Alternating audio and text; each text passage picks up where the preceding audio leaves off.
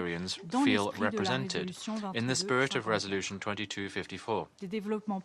Positive developments have been achieved since the formation of the transitional government in March. The Syrian authorities must now move towards the appointment of a provisional legislative assembly.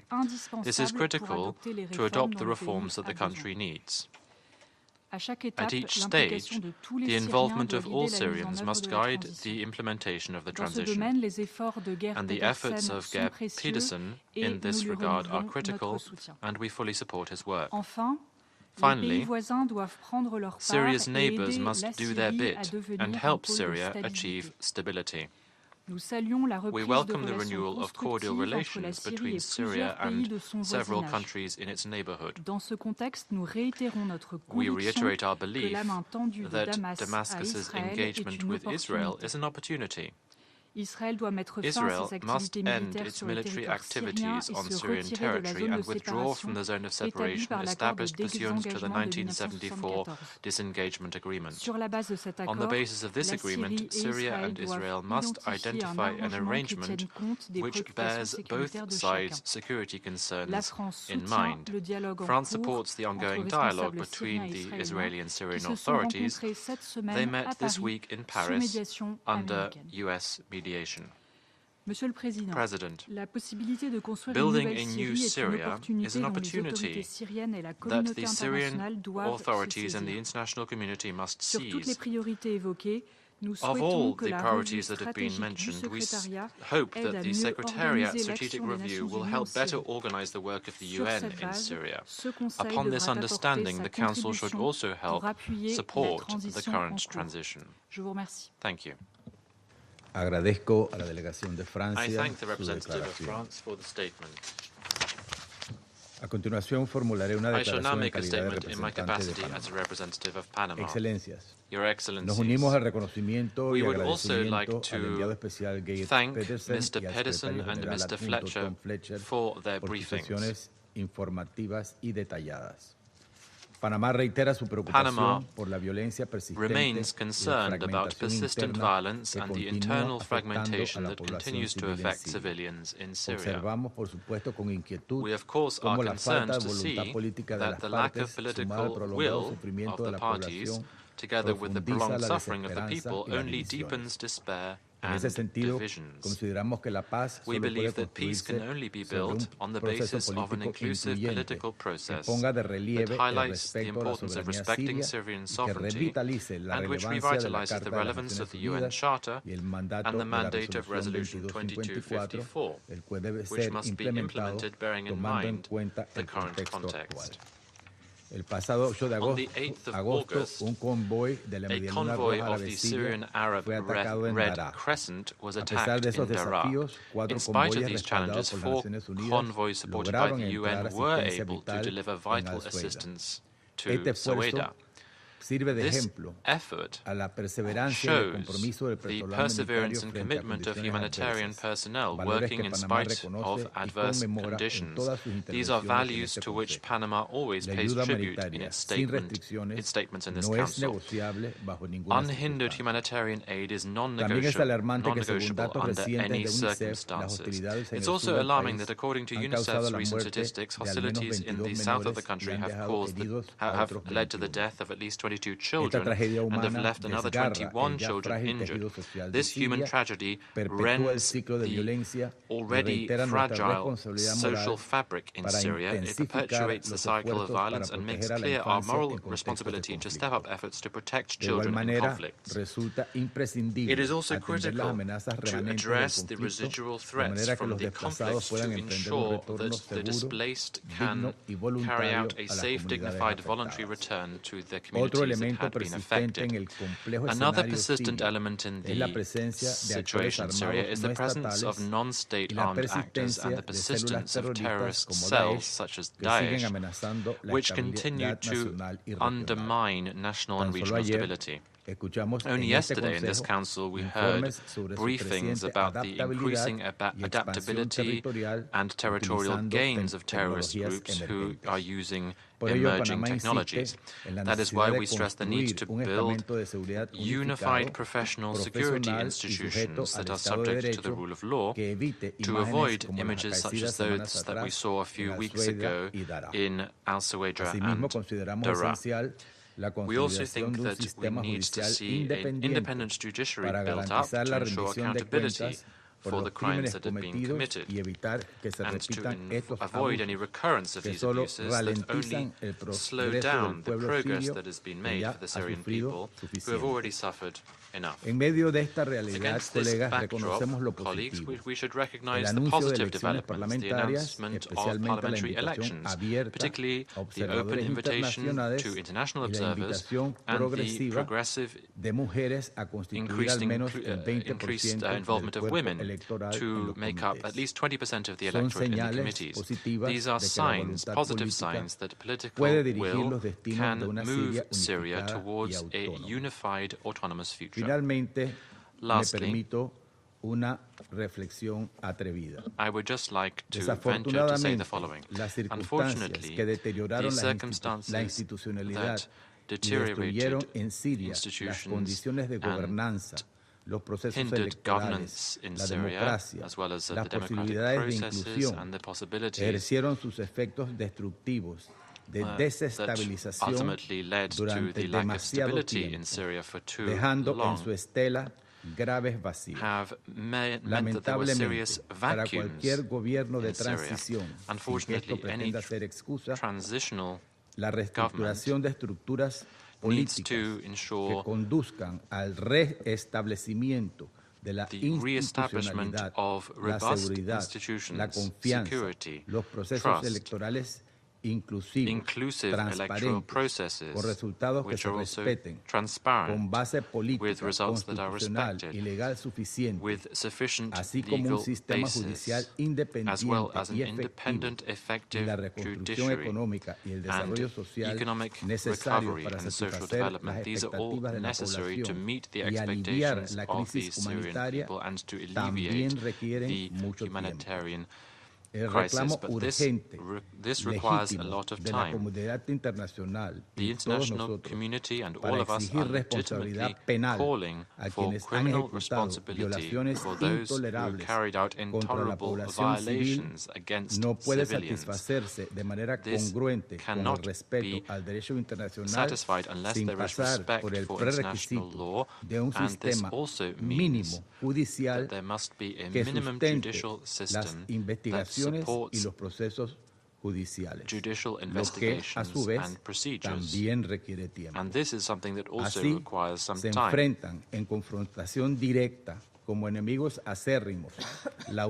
Bitter enemies have to ultimately work together in order to build a shared future and to contribute to the country's future development. That is why there is an urgent need for significant international support and also patience at the same time. Dear colleagues, a few days ago we adopted a presidential statement which expressed deep concern about the violence in Sueda. It also underscored the need to respect the ceasefire and international humanitarian law. This same spirit of collaboration which we showed when we built consensus is the most valuable example that we can provide to the Syrians as well. It is evidence that dialogue and cooperation are the most effective tools for them to rebuild their lives and the life of their nation under the leadership of Syrians themselves. Thank you. I now resume my function as President of the Council.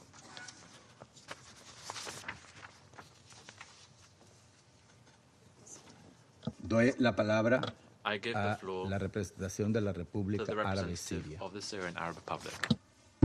شكرا جزيلا سيد الرئيس. أهنئكم وفريقكم على توليكم رئاسة مجلس الأمن الشهر الجاري، وأشكر سلفكم المندوب الدائم في باكستان وفريقه على إدارته الناجحة لأعمال المجلس الشهر الماضي. وأتقدم بالشكر للسيد جيل بيترسون المبعوث الخاص إلى سوريا، والسيد توم فليتشر وكيل الأمين العام للشؤون الإنسانية ومنسق الإغاثة في حالات الطوارئ على إحاطتيهما وعلى الجهود التي يقومان وفريقيهما بها. سيد الرئيس، تواصل الحكومة السورية جهودها لإعادة الأمن والاستقرار وتحسين الأوضاع المعيشية والإنسانية للسوريين في مختلف أنحاء البلاد. ومعالجة التحديات المتشابكة التي تعترضها وذلك بعد سنوات طويلة من الحرب التي أرهقت الشعب السوري وأضعفت مقدراته ودمرت البنى التحتية واقتصاد البلاد وخلفت معاناة أليمة طالت السوريين جميعا. وقد شهدت الفترة الماضية اتخاذ خطوات عملية على درب التعافي وإرساء أسس شراكات اقتصادية واعدة من شأنها دفع عجلة الاقتصاد وإعادة الأعمار والمضي قدما نحو تحقيق أهداف التنمية المستدامة. وتتطلع سوريا لاستمرار الانخراط الدولي الإيجابي والدعم البناء لها ولشعبها في هذه المرحلة الدقيقة التي تمر بها البلاد، إذ أن الجهود الوطنية لا تزال تصطدم بجملة من التحديات المعقدة التي تلقي بآثارها وانعكاساتها السلبية على الواقع السوري، وفي مقدمتها السياسات الإسرائيلية العدوانية القائمة على انتهاك سيادة سوريا والتوغل العسكري في أراضيها وارتكاب انتهاكات جسيمة بحق أهلها والسعي لإضعاف الدولة السورية وضرب وحدتها الوطنية من خلال الاعتداءات المباشرة تارة وإشعال نار الفتنة وتأجيج التوترات تارة أخرى،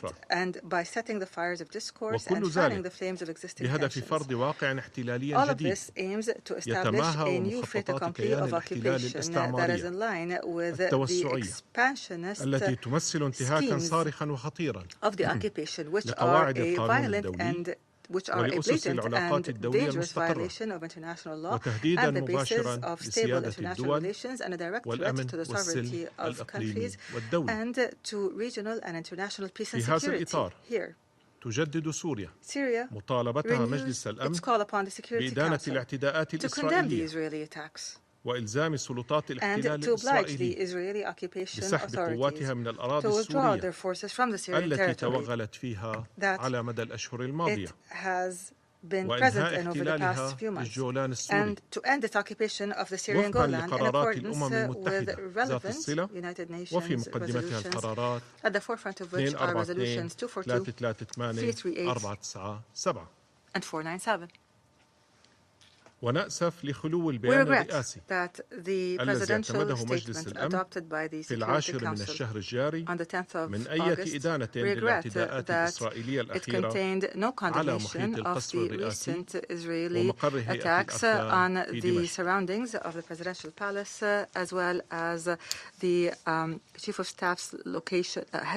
السيد الرئيس، في ضوء إصدار لجنة التحقيق الدولية تقريرها الخاص بالأحداث الأليمة التي شهدتها منطقة الساحل السوري، وجه السيد وزير الخارجية والمغتربين رسالة رسمية إلى السيد رئيس اللجنة عبر فيها عن شكره وتقديره an official letter to the head of the chairman of the committee, and he expressed his appreciation for the efforts made and the points that are in line with the conclusions arrived at by the independent national committee formed for that purpose. The foreign minister has renewed the Syrian government's commitment to transparency and accountability and constructive cooperation with the international community. And this was manifest in the unprecedented permission given to the fact-finding to the investigative team to have unimpeded access to the areas affected by violence and to deal seriously with alleged violations through conducting investigations and detaining several persons. The foreign minister also confirmed the government's intention to build national institutions based on justice and the rule of law. ورحب الوزير باستنتاج اللجنة بعدم وجود أي سياسة حكومية لارتكاب الجرائم بل بصدور أوامر لمنعها واستعادة الانضباط وأشار إلى أن توصيات اللجنة إلى جانب توصيات اللجنة الوطنية المستقلة ستشكل خارطة طريق لتعزيز العدالة ومواصلة تقدم سوريا رغم التحديات مؤكدا استمرار التعاون مع اللجنة والمجتمع الدولي على أساس الاحترام with the Commission and the international community on the basis of full respect for Syria's sovereignty and territorial integrity. في الإطار ذاته أكد السيد وزير الخارجية أيضا أن السويداء بما تحمله من رمزية وطنية وتاريخية كبيرة وأهلها جزء أصيل من النسيج الوطني السوري ولا مكان لإقصائهم أو تهميشهم وأن حمايتهم كانت ولا تزال مسؤولية الدولة أولا وأخيرا وأن ما شهدته المحافظة من أحداث دامية مؤلمة ومدانة كان نتيجة لمحاولات إسرائيل الرامية لإشعال الفتنة وزعزعة استقرار البلاد. واليوم تتواصل جهود حفظ السلم الأهلي وإعادة الاستقرار وتعزيز وصول المساعدات الإنسانية لجميع المتضررين بالتعاون مع الوكالات الأممية والشركاء الإنسانيين. وقد تم تسيير العديد من قوافل المساعدات الإنسانية بالتنسيق مع الهلال الأحمر العربي السوري إلى درعا والسويداء. كما تم تيسير زيارات لوفود أممية إلى تلك المناطق لتقييم الاحتياجات والعمل على تلبيتها. تجلت هذه الجهود أيضا في أوجه أخرى كان من بينها الاجتماع السوري الأردني الأمريكي المشترك الذي استضافته المملكة الأردنية الهاشمية الشقيقة مشكورا لبحث الأوضاع في سوريا وسبل دعم عملية إعادة البناء على الأسس التي تضمن أمن واستقرار سوريا وسيادتها ووحدتها وتحقيق تطلعات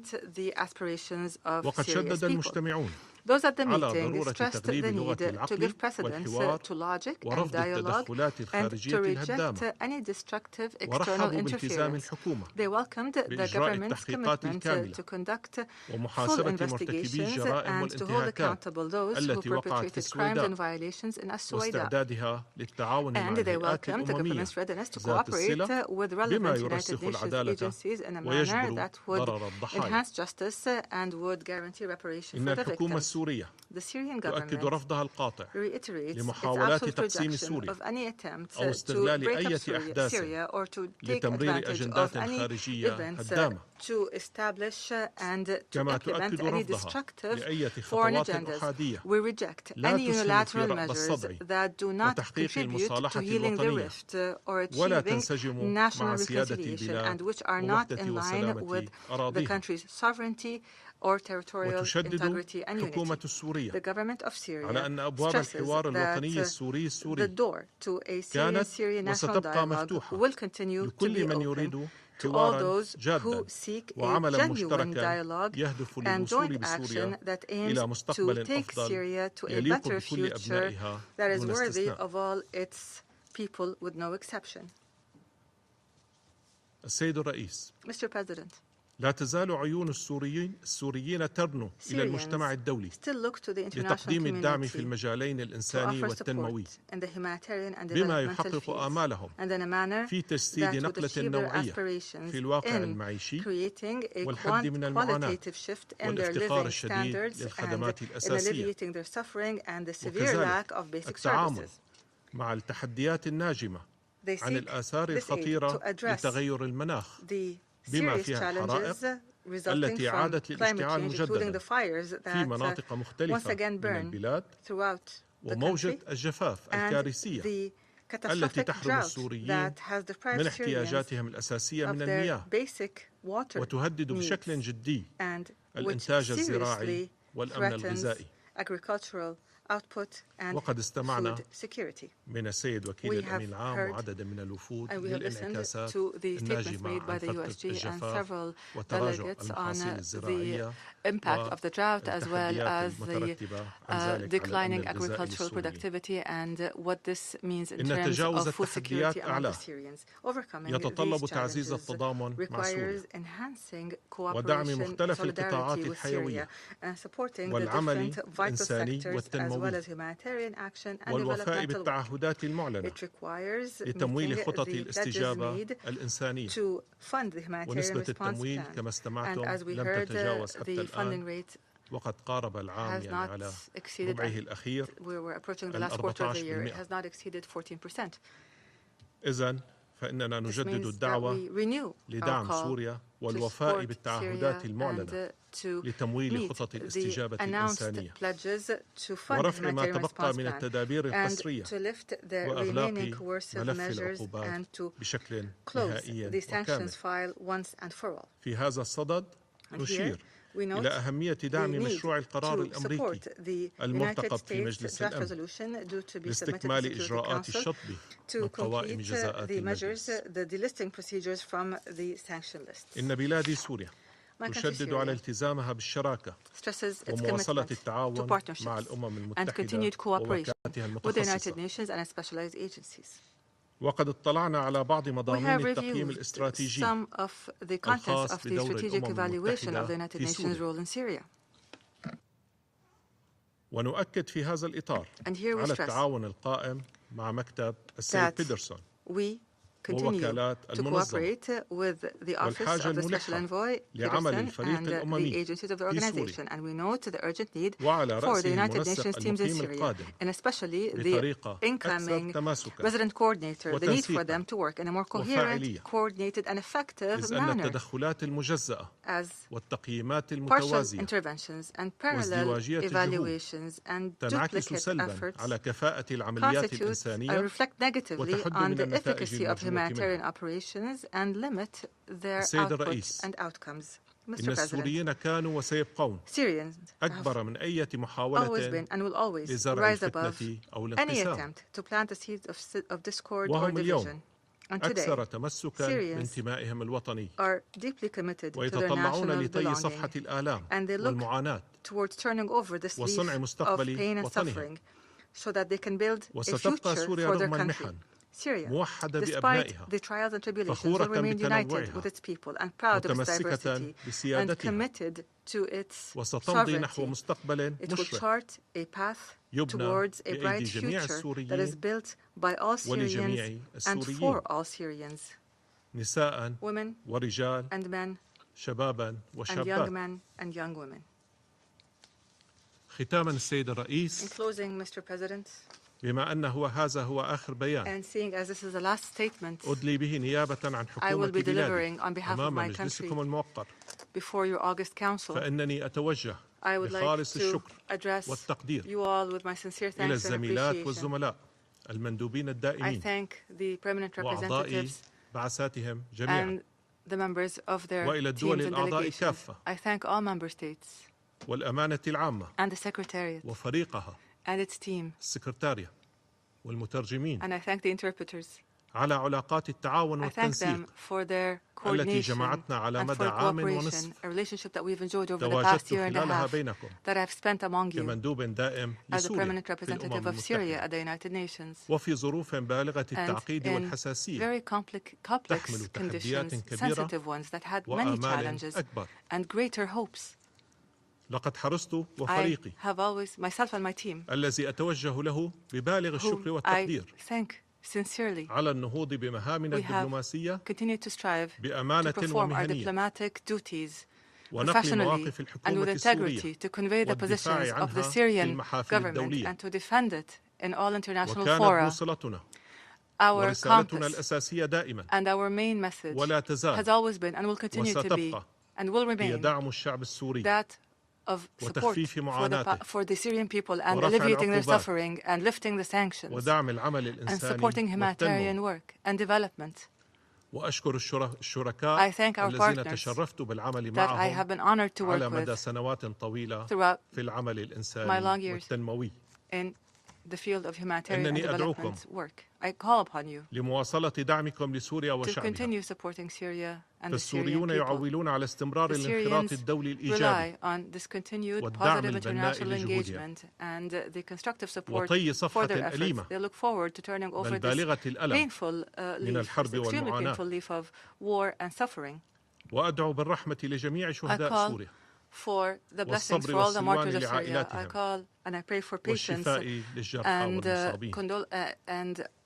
أهنئ خلفي المندوب الدائم الجديد لسوريا السفير إبراهيم العلبي Ambassador Brahim Al-Alawi, who will assume his responsibilities as my successor, and I wish him success in all his efforts to serve Syria and the Syrians. I leave this forum and I fully believe that Syria, with its great history and its civilization and its people and their national belonging, will overcome all difficulties and all challenges, and it will be a single unified homeland where everyone will work together to build a better future made by all Syrians and for all Syrians.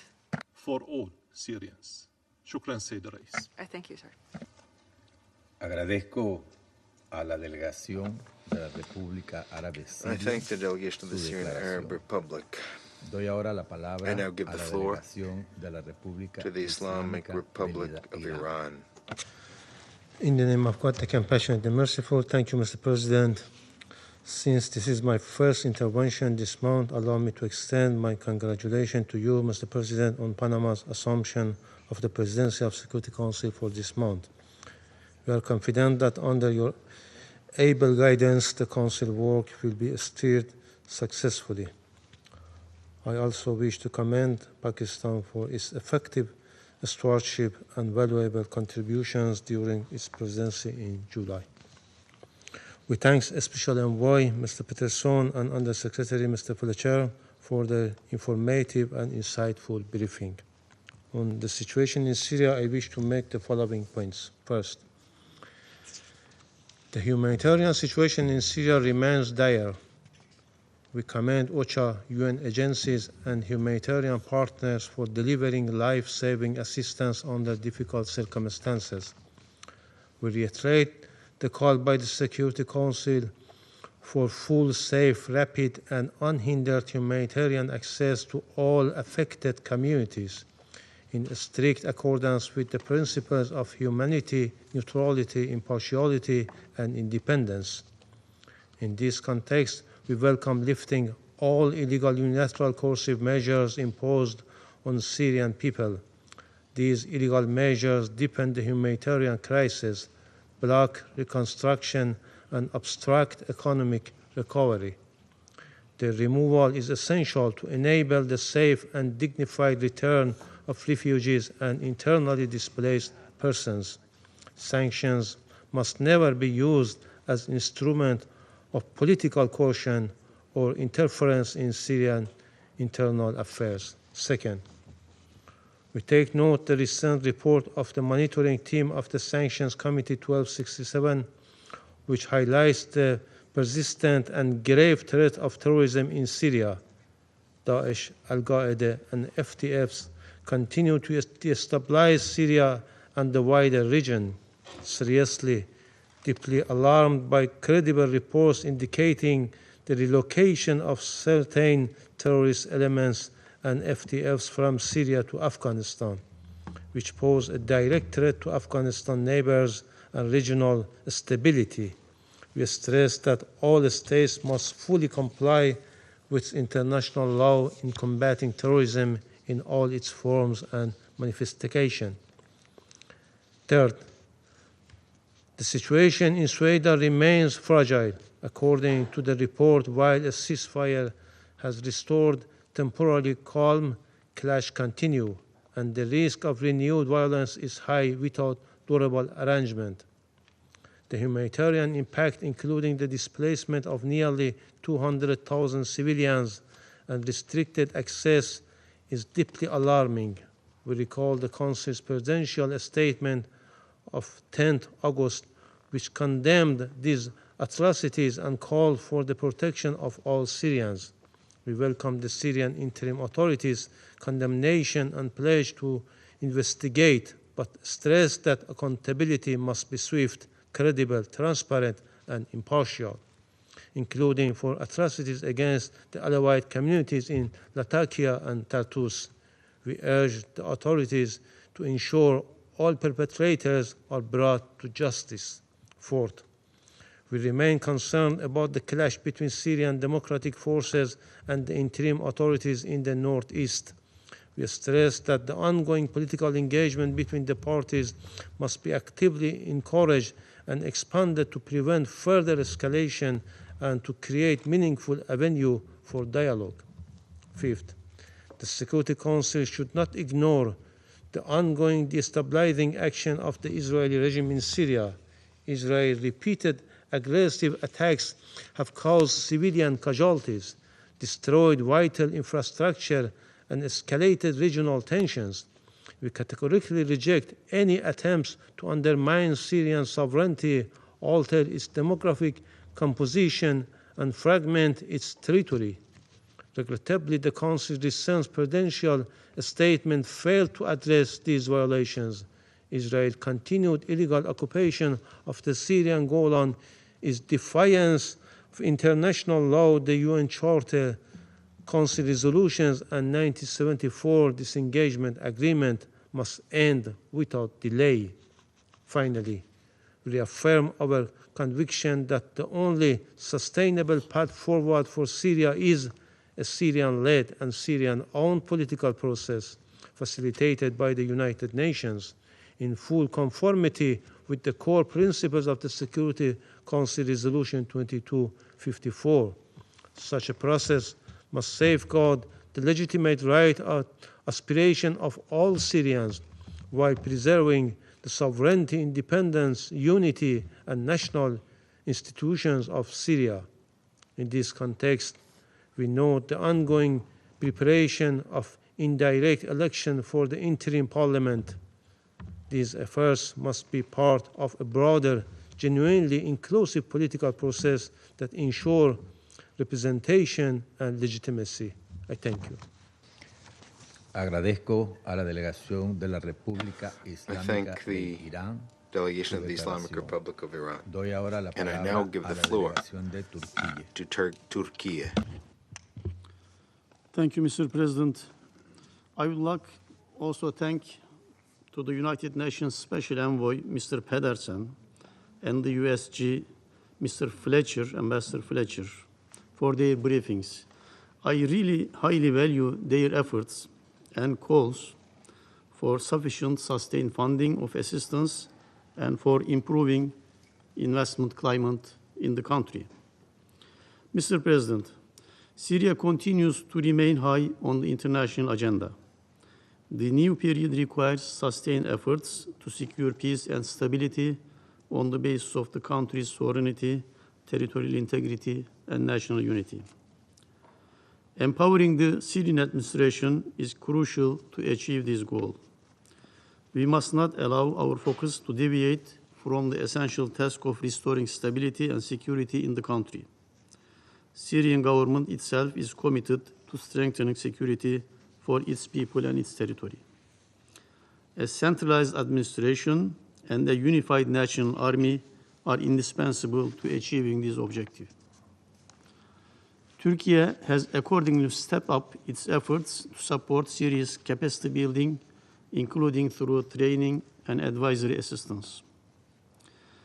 Despite facing many challenges, Syrian administration has taken tangible steps in recent months toward restoring institutions, protecting sovereignty, and serving the citizens. Syrians who had been living abroad in exile or in displacement have begun to return. Economic investment has started to flow into the country, also in modest way. Infrastructure, energy, and reconstruction projects have been launched. Sanctions have begun to ease, and Syrian authorities have engaged in constructive and positive dialogue with regional neighbors and with international actors. We call on the removal of remaining sanctions for the Syrian administration to deliver and serve its citizens. With sustained regional cooperation and international support, these efforts can deliver results more quickly than many expect. Mr. President, we all agree that the vision for a new Syria must be one where all communities, faiths, and cultures feel equally respected and protected, where coexistence replaces division and unity is not only preserved but strengthened. Turkey has consistently advocated for such an inclusive and constructive vision. However, recent developments in Sueda once again demonstrate the destructive and destabilizing nature of Israeli policies in the region. In this regard, we stress the importance of regional security built on the weaknesses of or instability of neighbors, but on their prosperity and stability. Efforts that undermine Syrian sovereignty or fuel fragmentation carry serious risks of broader regional destabilization. It is therefore essential that all actors consider the wider consequences of their actions. Destabilizing actions which threaten Syria's unity, stability, and the welfare of its people should not be tolerated. We are in close consultation with international and regional partners to prevent destabilizing moves towards Syria. In this regard, Turkey strongly supported the series of meetings held in Amman that brought together the United States, Jordan, Syria, and southern tribal leaders in search of peaceful solutions. Such initiatives must be encouraged and sustained. Mr. President, implementation of the 10th March agreement between the Syrian government and the so-called SDF is of crucial importance. We have yet to see credible steps from the SDF that will reduce tensions or contribute to an environment of security and trust. Its members from other countries have not left Syria yet.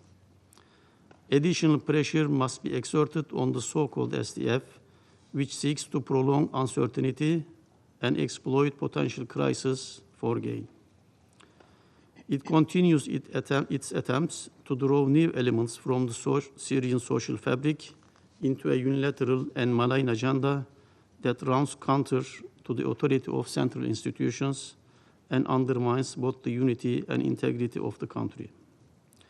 In this regard, we reiterate our call for the SDF to be dissolved and disarmed. Mr. President, international community must stand with Syria's people and government to ensure the positive agenda.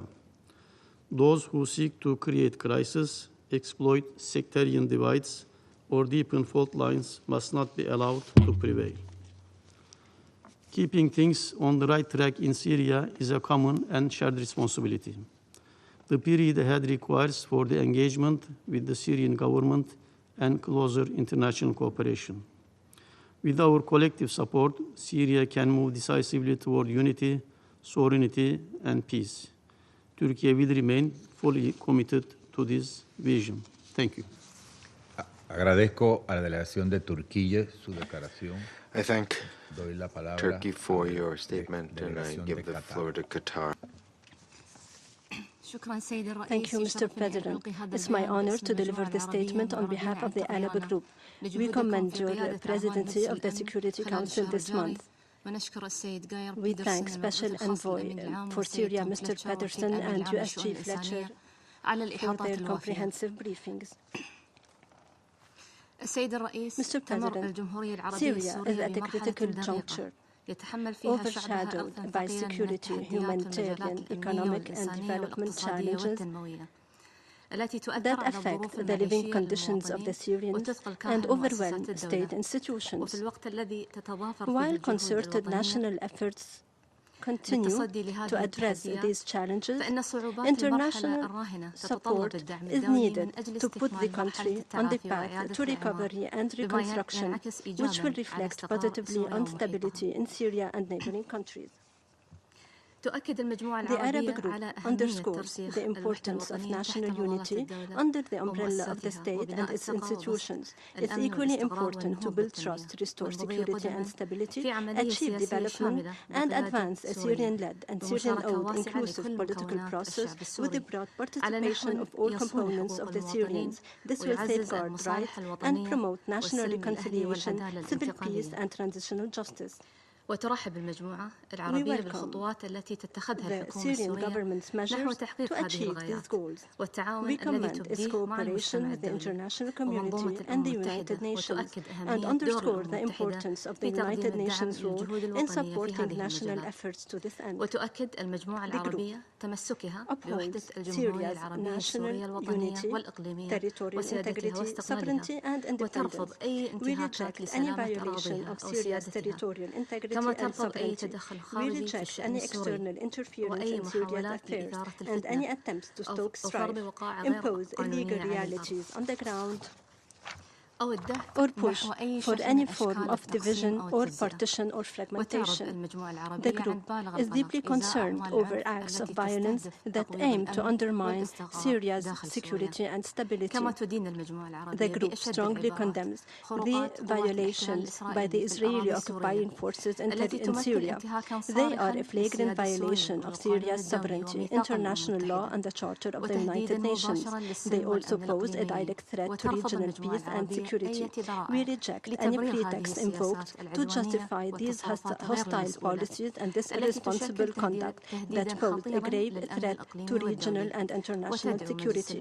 We call on the Security Council to shoulder its responsibility to compel the occupying forces to immediately cease its violation, respect Syria's sovereignty, and fully withdraw from the entirety of the occupied Syrian territory.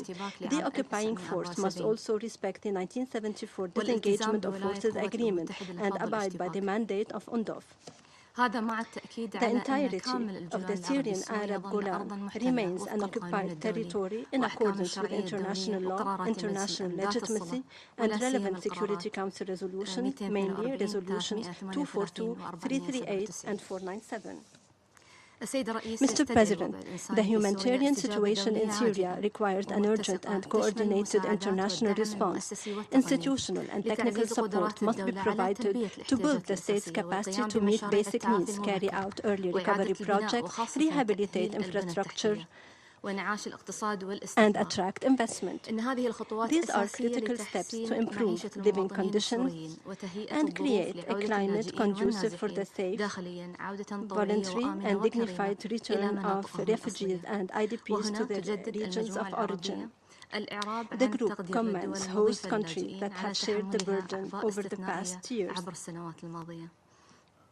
Not a single country can bear this burden alone.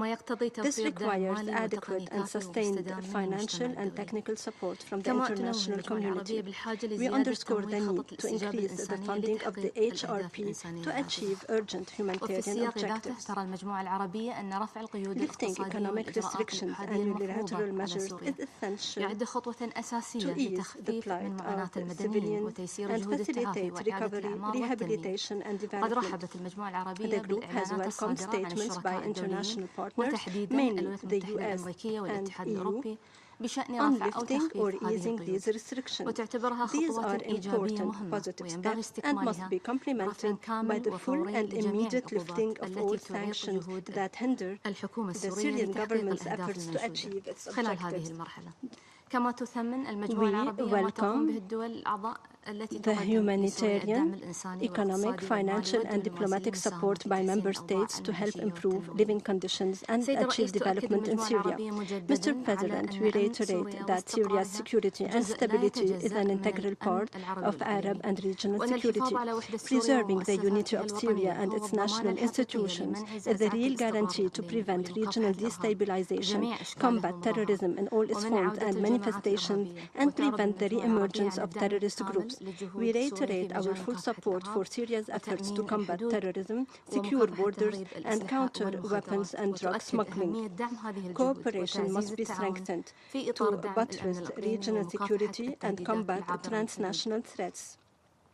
We call on the Syrian government to pursue its cooperation with the international community to address terrorist threats and uproot terrorism in all its forms and manifestations. In conclusion, Mr. President, the Arab Group reiterates collective commitment to supporting the Syrian Arab Republic at this critical juncture. Away from any destructive external interference, thus allowing Syrians to achieve and to enjoy peace, dignity, and prosperity. Thank you, Mr. President. Agradezco a la delegación de Qatar su declaración. I thank Qatar for your statement. No hay más intervenciones There are inscritas en la no lista. further names on the list of speakers. I now invite members of the Council to informal consultations to continue consideration of this item. The meeting is adjourned.